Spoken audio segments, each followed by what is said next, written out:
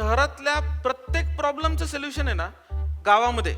शेतकरी अत्यंत हुशार व्यक्ती, त्याला फक्त योग्य रिसोर्सेस दिले ना आपण, तो आपल्याला सांगतो दादा ह्याला हे मटेरियल नका वापरू, ते वापरा. मुळात एखादी गोष्ट किती साधेपणाने आपल्याला मासेस पर्यंत नेता येतील याला पण R&Ds म्हणतात. बरेच माझे मित्र आले, ते बोलले कृणाल आपल्याला ना ह्याच्यामध्ये आर्टिफिशियल इंटेलिजन्स टाकू. इथे आर्टिफिशियल नको, नैसर्गिकच बरं. ह्युमन इंटेलिजन्स नावाची गोष्ट आहे ना, क्या त्याच्यावर बात बोलू आहे. की आपण. हे पाहणारा जो शेतकरी आहे त्याला तुमच्या या ज्ञानाचा, विज्ञानाचा नेमका फायदा कसा होऊ शकतो हे सांगा.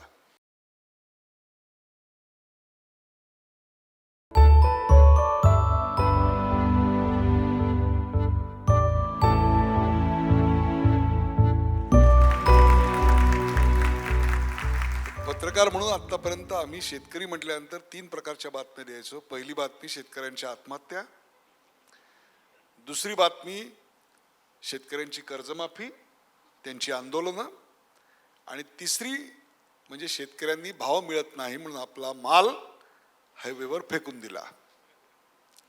या तिन्ही बातम्यांना छेद देणारा हा पहिला सूट बूट की सरकारवाला शेतकरी सरकार आहे की जो काही मागत नाही आहे तर द्यायची गोष्ट करतोय. आणि ते देण्याकरता जे ज्ञान वापरलं ते अस्सल लोकल आहे आणि ते ग्लोबल स्टँडर्डचं बनवणारा हा खरा लोकल ग्लोबल असलेला माणूस. प्रॉब्लेम काय माहिती आहे, पाश्चात्य देश विकसित झाले, त्यांनी विकसित होताना पर्यावरणाचे सगळे नियम पायदळीत उडवलेले आहेत. आता विकसित झाल्यानंतर ते आम्हाला पर्यावरणाचे सगळे नियम जगाने पाळावेत असा आग्रह धरतात आणि आपण त्या विकासाच्या कर्ववर आहोत, जिथे आम्हाला सिमेंट पाहिजे, स्टील पाहिजे, केमिकल पाहिजे. मग पर्यावरणाचा समतोल साधत जागतिक मापदंड पाळत आपण पर्यावरणाचं संतुलन कसं राखणार याचं उत्तर हे कुठल्या लॅबमध्ये नाही तर शेतीच्या बांधावर आहे, हे त्यांनी त्याच्या 18 मिनिटाच्या विवेचनात सांगितलं. असा हा कृणाल जगताप की पर्यावरणाचा विचार आता यापुढे बायोमास शिवाय करता येणार नाही. खरी गरज आहे ती या बायोमासच्या हरित साक्षरतेची. इतकं पॉवरफुल या विषयावरचं विवेचन आजपर्यंत तरी मी कधी ऐकलेलं नव्हतं. याचं कारण खूप मोठ्या प्रमाणावर शेतीवर अवलंबून असलेला समाज आणि आज त्याचं प्रबोधन, त्याची साक्षरता ही अत्यंत महत्त्वाची आहे. त्याची ती जागृती यात्रा होती ना, ती यात्रा खरी आता प्रबोधनाची यात्रा म्हणून पुढे सुरू झाली आहे आणि त्याच कडीतला हा आजचा भाग आहे. याचं कारण या तरुणांनी मानलं की निसर्ग हाच देव आहे आणि बायोमास हीच त्याची पूजा आहे. आणि तो बायोमास जो आहे ते जे तत्वज्ञान आहे ते सांगताना तो वर्तमानाबद्दल बोलत नाही तर तुमच्या भविष्याबद्दल बोलतो. आणि ते भविष्य शाश्वत असावं, निरंतर असावं, क्षणभंगूर नाही. त्याकरता काही मौलिक संशोधन करावं लागतं. ते अत्यंत महत्त्वाचं आहे. याचं कारण आत्ता कुठे मगाशी तुम्ही पाहिलं असेल आपण 0.1% फक्त वापरतोय. म्हणजे जर विचार करा या देशाने हे संशोधन शेतकऱ्यांपर्यंत पोहोचवलं आणि सिरियसली घेतलं तर आपण कुठे जाऊ शकतो. निरंतरता हा ज्याचा श्वास आहे आणि संशोधन हा ज्याचा आत्मा आहे असे तरुण आजच्या काळात खूप कमी आढळतात. आपल्या देशाने पॅडमॅन बघितलेत, टॉयलेट मॅन बघितलेत किंवा मेट्रो मॅन पाहिलेत. तुमच्या आयुष्यात आलेला हा पहिला बायोमास मॅन की ज्यांनी शेतीच्या वेस्टपासून कार्बन क्रेडिट ते पैसे असं बेस्ट बनवलं. कृषी क्षेत्रासाठी अत्यंत व्हॅल्युएबल असणारी अशी व्हॅल्यू चेन शेतीच्या बांधापर्यंत नेली. त्यामुळे कर्जमाफी देऊन शेतकऱ्यांना कायमचा अपंग करणारा उपाय नव्हे तर पोशिंद्यांचं पोषण करणारा आणि CO2 हा ताप ज्या काळात वाटतोय त्या काळात आपल्या संशोधनानं मात करणारा हा Jagtap. That's the beauty of his work. या संशोधनामुळे शेतकरी केवळ अन्नदाता नाही तर तो आता ऊर्जादाता बनला पाहिजे, हे पंतप्रधान नरेंद्र मोदी यांचं आवाहन प्रत्यक्षात उतरवणारा हा कृणाल आहे. त्याचं नाव नीट बघा, कुणाल नाही आहे, कृणाल आहे. कृणाल ह्या शब्दाचा अर्थच वेगळा आहे आणि तो म्हणजे प्रत्येक गोष्टीत सौंदर्य पाहणारा. याचं सौंदर्य लाखो शेतकऱ्यांच्या श्रीमंतीत आहे.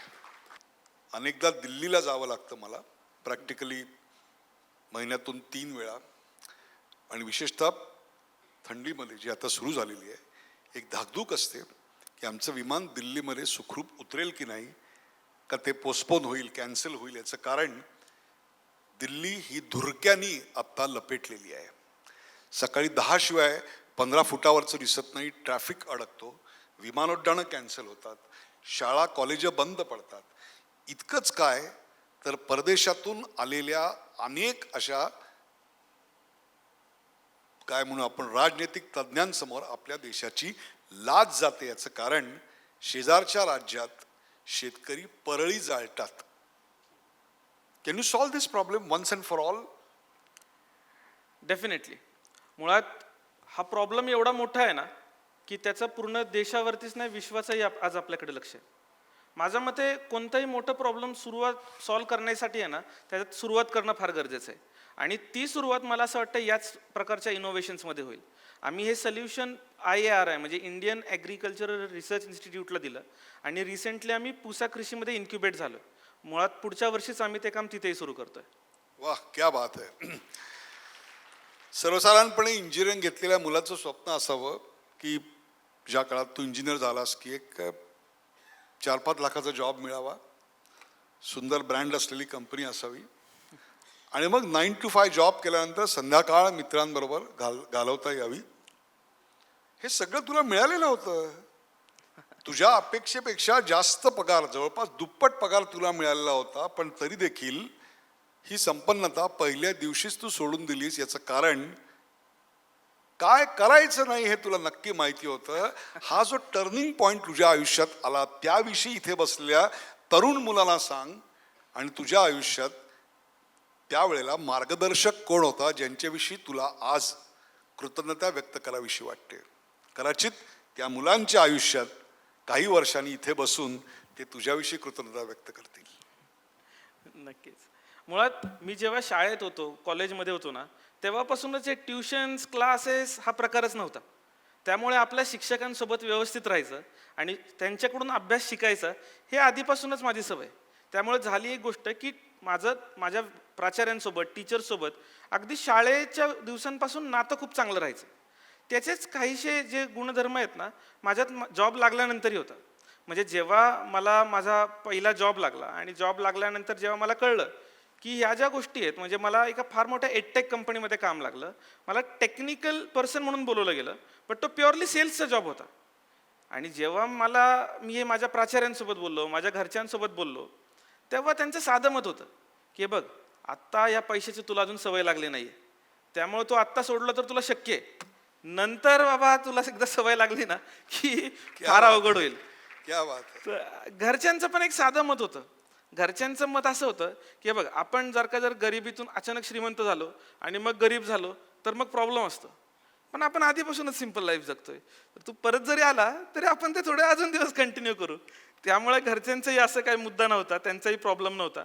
पण सगळ्यात महत्त्वाची गोष्ट जी घडली ना ती म्हणजे काय की आपल्या स्वतःविषयी आणि आपले स्किल्स काय आहेत हे समजून घेणं फार गरजेचं आहे. वाह वाह वाह. म्हणजे इंजिनिअरिंग झाल्यावर माझ्या बऱ्याचशा मित्रांचा एक स्टँडर्ड प्रोटोकॉल होता, काही दिवस असे एडटेकमध्ये जॉब करायचा, नंतर MS करायचं आणि अमेरिकेत सेटल व्हायचं. म्हणजे हा जणू काही एक SOPच ठरलेला आहे. पण जेव्हा मी त्यांचे पॅकेजेस बघायचो ना तर मी असं कम्पेअर करायचो की ठीक आहे, पण ॲटलिस्ट मी माझ्या आईसोबत परिवारासोबत जेवतोय, मग ते एकत्र जेवणं, घरच्यांसोबत राहणं, ते पण कुठंतरी एक पॅकेज आहे ना, ते पण आपल्याला आयुष्य बघायला पाहिजे. क्या बात है. आपण बाहेर जाऊन करू सगळं. नाही, तिथे जाऊन कोणता ट्रम्प आरती घेऊन उभा आहे तुमच्यासाठी? खरं आहे.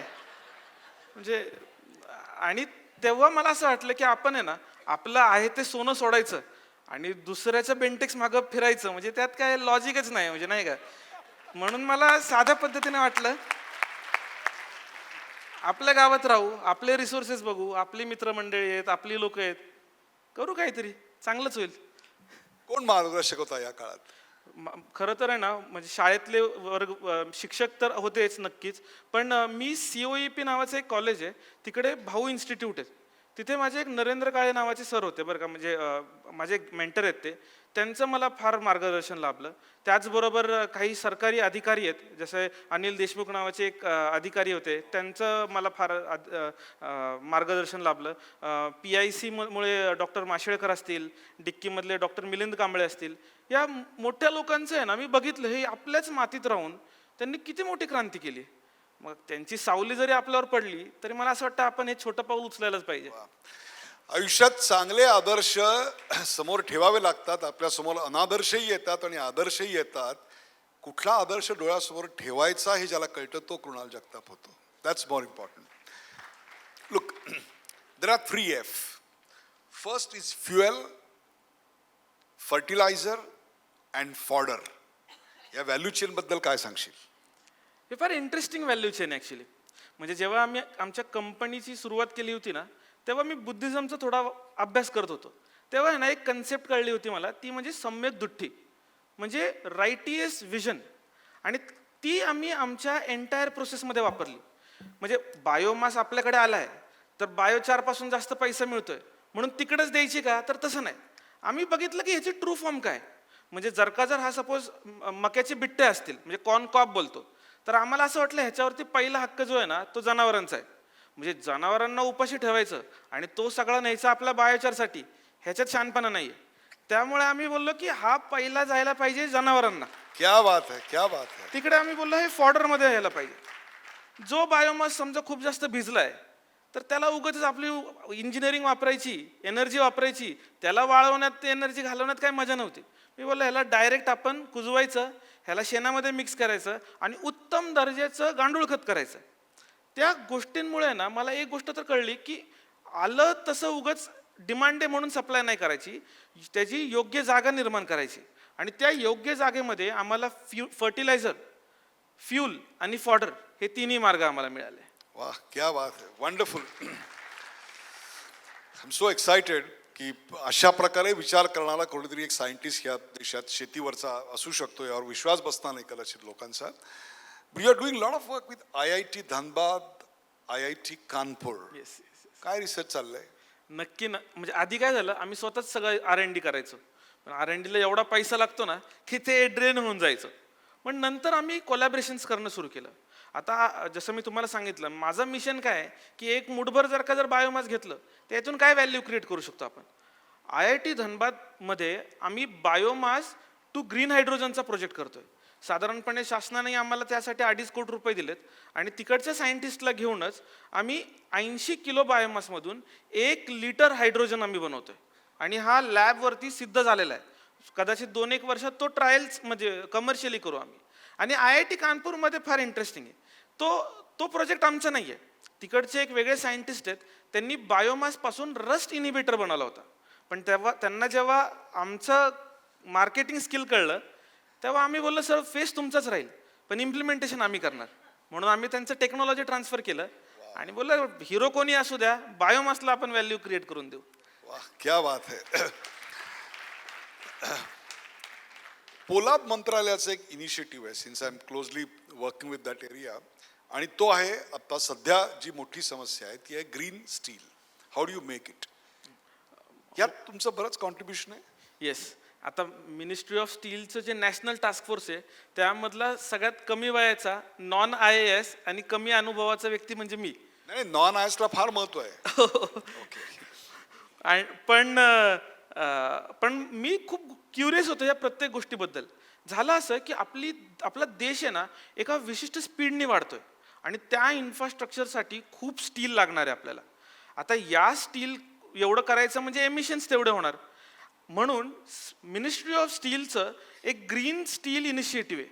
त्यामध्ये आपण काय करतोय तर बायोमास मार्फत असेल किंवा सोलार एनर्जी असेल किंवा एनर्जी मॅनेजमेंट मार्फत कोणत्याही प्रकारे स्टील इंडस्ट्रीमधले एमिशन कसं कमी करायचं यावरती भाष्य करतो. त्यात माझा रोल असा आहे की जे कुकिंग कोक वापरलं जातं, जे ऑस्ट्रेलियावरून इम्पोर्ट केलं जातं, त्याला आपण भारतीय पर्याय बायोचार मार्फत कसा देऊ शकतो आणि किती प्रदूषण आपण त्यातून कमी करू शकतो. तर हा माझा त्यातला रोल आहे. वा. आपण मध्यंतरी ज्या स्लाइड बघितल्या त्यात एक स्लाइड पाहिली असेल की जिथे होळीसारखी लाकडं लावलेली होती आणि त्यातून काहीतरी निर्माण झालेलं होतं. याविषयी जाणून घेणं महत्त्वाचं आहे. याचं कारण बायोचार बनवण्याची पारंपरिक आदिवासींची पद्धती आणि त्याला तुम्ही दिलेला आधुनिक संशोधनाचा पेहराव, अशा अनेक गोष्टींचा खजिना आपल्याकडे ग्रामीण आणि आदिवासी भागामध्ये आहे. हे जे सगळं तुम्ही करताय त्यातून गाव वाढायला पाहिजे असा प्रकारचं एक तत्वज्ञान आहे, परंतु प्रत्यक्षात शहरं वाढताना दिसत आहेत. काय सांगाल? खरं तर काय झालंय, हे सगळं खोटं आहे बरं का, की फक्त शहरात गेल्यावर करिअर होतं किंवा तिकडे गेल्यावरच आपण चांगलं आयुष्य निर्माण करू शकतो. मुळात माझं ठाम मत आहे की शहरातल्या प्रत्येक प्रॉब्लेमचं सोल्युशन आहे ना गावामध्ये.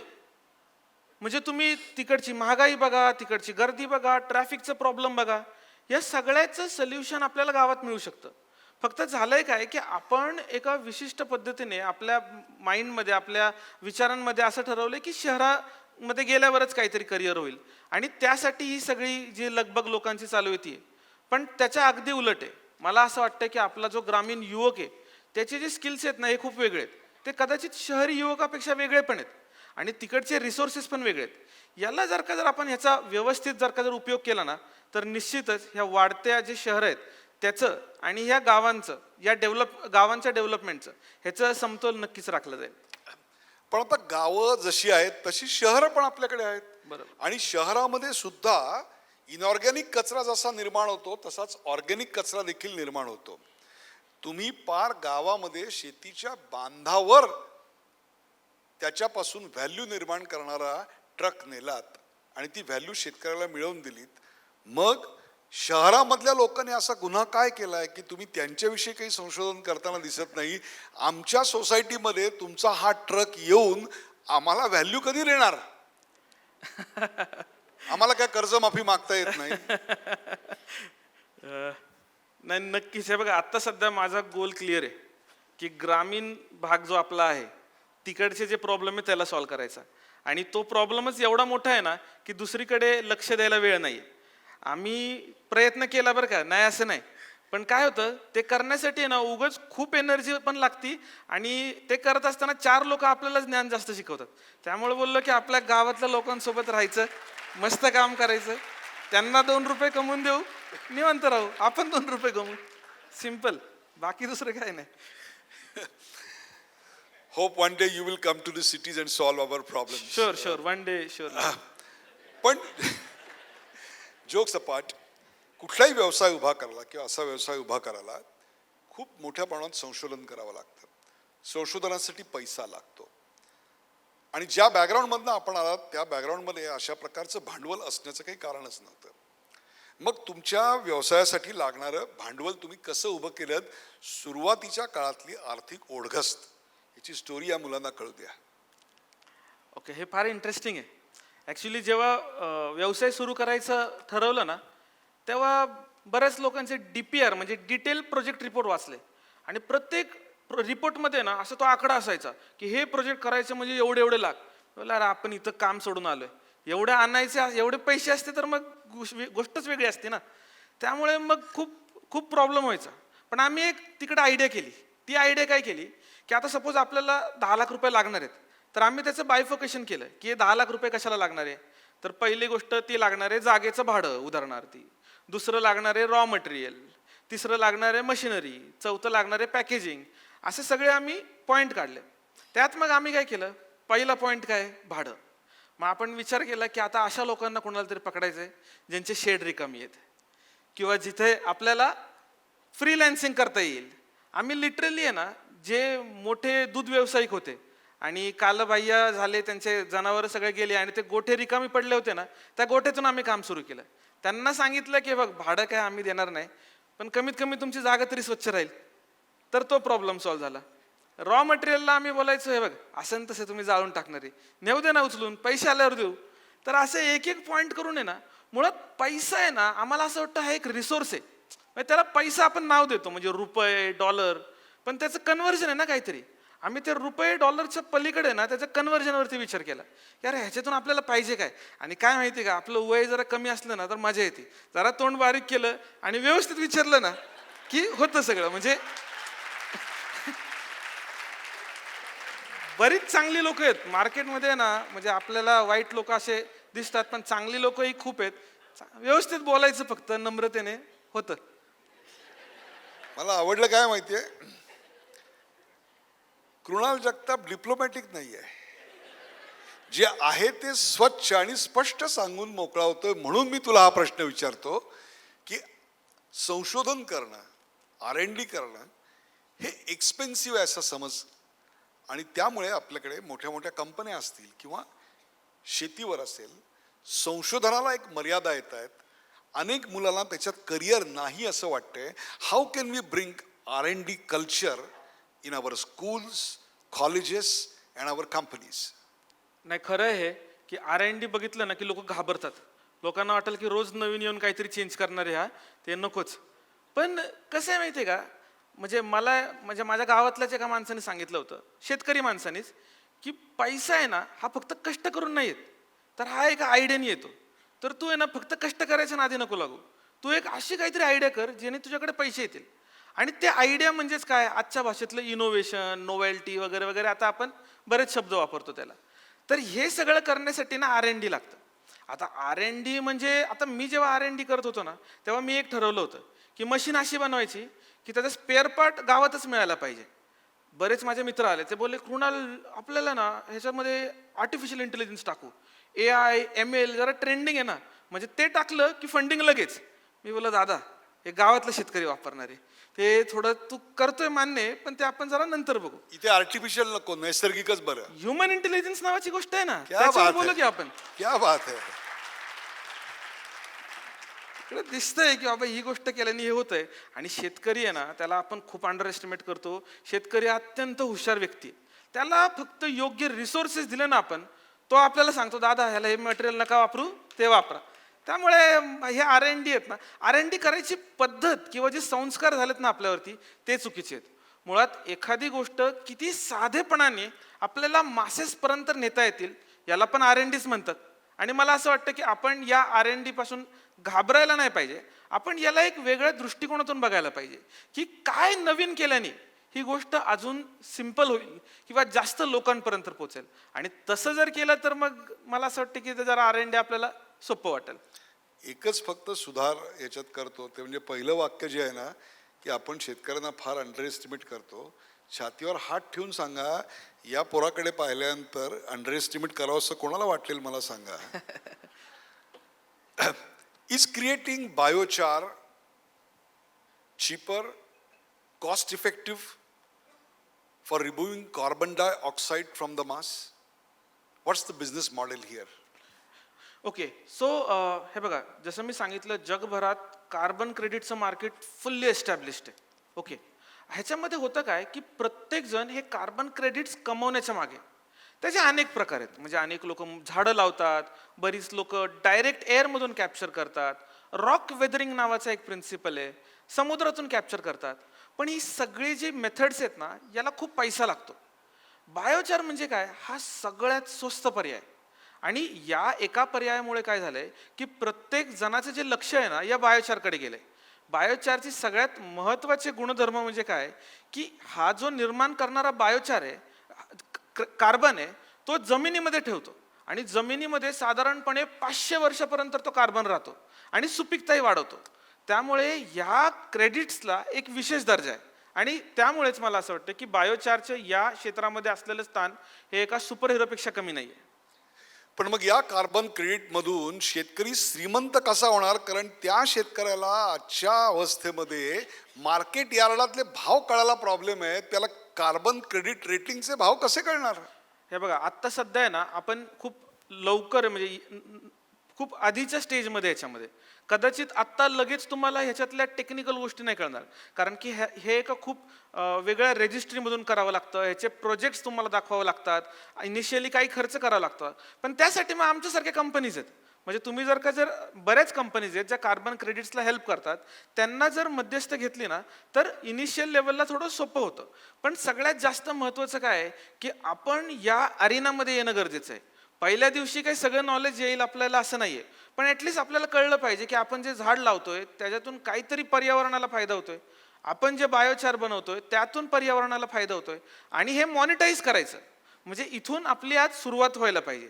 त्यानंतर मग निश्चितच जसे जसे आपले म्हणजे ब्युरो ऑफ एनर्जी एफिशियन्सी याच्यावरती काम करते, म्हणजे इंडियन रजिस्ट्री झाल्यानंतर मग आपल्यालाही ते अगदी सहजतेने करता येईल. पण आजरित्या हा थोडंसं किचकट तर नक्कीच आहे.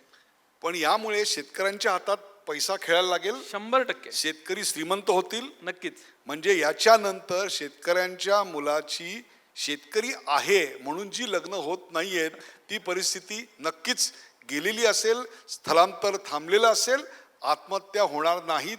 हे सोल्युशन तुमच्याकडे आहे की जे तुम्ही ट्रकवर टेम्पोवर लादून त्यांच्या बांधावर नेता. Am I right? नक्कीच. हे पाहणारा जो शेतकरी आहे त्याला तुमच्या या ज्ञानाचा, विज्ञानाचा नेमका फायदा कसा होऊ शकतो हे सांगा. हे बघा, जे पाहणारे शेतकरी आहेत त्यांना पण माझं साधं मत आहे की या प्रकारचे जे मॉडेल आहेत ना, हे अनेक गावांमध्ये आज सुरू आहेत आणि त्याचं रेप्लिकेट पण करता येईल. म्हणजे जर आपण ही मानसिकता ठेवली ना की बांधावरतीच ह्याचे सोल्युशन काढायचं आहे तर होऊ शकतं. म्हणजे आमचे पण जे मॉडेल आहेत ना त्या मॉडेलमध्ये पण आम्ही काय करतो, तुमचे जर एखादा फार्मर प्रोड्युसर कंपनी असेल किंवा एखादा फार्मर शेतकऱ्यांचा संघ असेल आणि त्यांनी गोळा करून ठेवला, तर रोज एका गावाला किंवा रोज एका वावरामध्ये जाऊन आम्ही त्याची प्रोसेसिंग करू शकतो. तर आमच्यासारख्या कंपनींना जर ते जोडले गेले तर नक्कीच ह्याच्यातून फायदा निर्माण होऊ शकतो. त्याचबरोबर जर त्यांना स्वतंत्ररित्या जरी करायचं असेल तर आमचे टेक्नॉलॉजी, आमचे मशीन्स हे आहेतच तुमच्या मदतीसाठी. वा, एक शेवटचा प्रश्न. तुझं प्रेझेंटेशन पाहत होतो आणि ती बॅकग्राऊंड असल्यामुळे असं जाणवलं की इतकं सुंदर प्रेझेंटेशन हे नाटक, एकांकिका अशा कलांचा संस्कार असल्याशिवाय करणं खूप कठीण आहे. ते वळण आयुष्यात आलेलं होतं. पुरुषोत्तम करंडक, फिरोदिया करंडक. हो. मग या सगळ्याकडे एक छंद म्हणून पाहिलं का व्यक्तिमत्व विकासाचा अविभाज्य भाग म्हणून पाहिलं? हे आशा करतात की हे ऐकणारे असे अनेक पालक आहेत की जे मुलांना हे करण्यापासून नाही असं सांगतायत आणि त्यामुळे या गोष्टीकडे ही मुलं फक्त छंद म्हणून बघतायत. काय सांगशील? मुळात मला तरी ठामपणे वाटतं की नाटक जरी बोललं तर ते एक शास्त्र आहे, म्हणजे नाट्यशास्त्र. आता त्याला एखादं फॉरेन नेम नाही आहे, म्हणजे फिजिक्स, केमिस्ट्री सारखं, म्हणून त्याला कदाचित अंडर एस्टिमेट करत असतील. पण जो व्यक्ती या प्रक्रियेतून जातो तो घडत असतो. मुळात नाटकातही आपण काय करतो, कोणाचं तरी पात्र घेतो आणि समजून घेतो की त्याला दुःख काय. आणि उद्योजकतेमध्ये पण आपण काय करतो, ते पात्र घेतो आपल्या कस्टमरचं, की अरे आपल्या कस्टमरला काय प्रॉब्लेम आहे, आपल्या जे शेतकरी आहे त्यांना काय प्रॉब्लेम आहे. आणि आयुष्यभर आपण कोणी ना कोणी कुठं ना कुठं कोणता तरी रोल प्ले करत असतो ना. त्यामुळे नाटकापासून लांब राहून काय होणार नाहीये. मुळात तुम्ही ते व्यवस्थित शिकलात तर तुमच्यात पहिली गोष्ट तर डिसिप्लिन येते, दुसरी गोष्ट तुमच्यात एम्पथी म्हणजे समोरच्याचं समजून घेणं ते येतं, आणि सगळ्यात महत्त्वाचं म्हणजे काय माहिती आहे का, तुम्हाला तुमची एंट्री आणि एक्झिट कळते. म्हणजे कुठं किती काम करावं आणि कुठं नाही करू, ते फार महत्त्वाचं गणित आहे. आता मी फक्त तुमची शहरात एंट्री कधी होईल याची वाट पाहतोय. नक्कीच. प्रेक्षको, भारत विश्वगुरू व्हावा, सुपर व्हावा असं प्रत्येकाला वाटलं असतं, परंतु ते बोलणारे अनेक जण असतात, करणारे फार कमी असतात. ज्यांनी weapons of mass wealth creation निर्माण केलं असा हा कृणाल जगताप. शेत पिकली सोन्यावाणी असं एक गाणं आपण यापूर्वी जाहिरातीत पाहिलं असेल. खरोखरच त्या शेतातलं सोनं म्हणजे बायोमास एवढा जरी संदेश आज शेतकऱ्यांपर्यंत हा कार्यक्रम पाहणाऱ्या गेला तरी देखील सार्थक आहे. याचं कारण आमच्या देशामध्ये स्लोगन देणारे पुष्कळ असतात. जीन पॅन्ट घातलेला, गॉगल घातलेला शेतकरी ट्रॅक्टरवर बसून शेती करताना मला पाहायचं आहे असं सांगणारे भरपूर पाहिले, परंतु तसा शेतकरी घडवण्याचं काम करणारा संशोधक मात्र फार दुर्मिळ आहे. म्हणून यांचं महत्त्व आहे. पारंपरिक ज्ञानाला आधुनिक विज्ञानाची जोड आणि त्याहीपेक्षा सुद्धा ग्रामीण भागाला भारताच्या विकासाच्या केंद्रस्थानी बनवताना शाश्वततेची राजधानी बनवणं हे खूप खूप कठीण काम. अशा प्रकारचे संशोधन करणारे तरुण हेच खरे उद्याच्या भारताच्या आशेचे आधारस्तंभ आहेत. तुम्ही तुमच्या त्या टेम्पोवर बायोचारचं मशीन नाही माउंट केलं तर तुम्ही त्याच्या दाराशी भारताचं भविष्य आणलं. शेतकऱ्यांना आंत्रप्रनर नाही बनवलेत, ॲग्रीप्रिन्युअर बनवलंय. हा एक नवीन शब्द यांच्यामुळे आज भारताला आलेला आहे. याच्या कामाचे 3 वैशिष्ट्य आहेत and that's where I want to end. आणि ते हा कार्यक्रम बघणारे जे शेतकरी आहेत आणि मुलं आहेत विशेषतः त्यांच्यासाठीचा टेकअवे आहे की हा संशोधन करणारा विज्ञान दूत आहे जिथून त्यांनी सुरुवात केली. चौकट मोडणारा साहस दूत आहे, follow your passion come what may. आणि तिसरं आणि सर्वात महत्त्वाचं म्हणजे वर्तमानात भविष्याची काळजी करणारा भविष्य दूत आहे. Give a big hand to this man, Krunal Jagtap.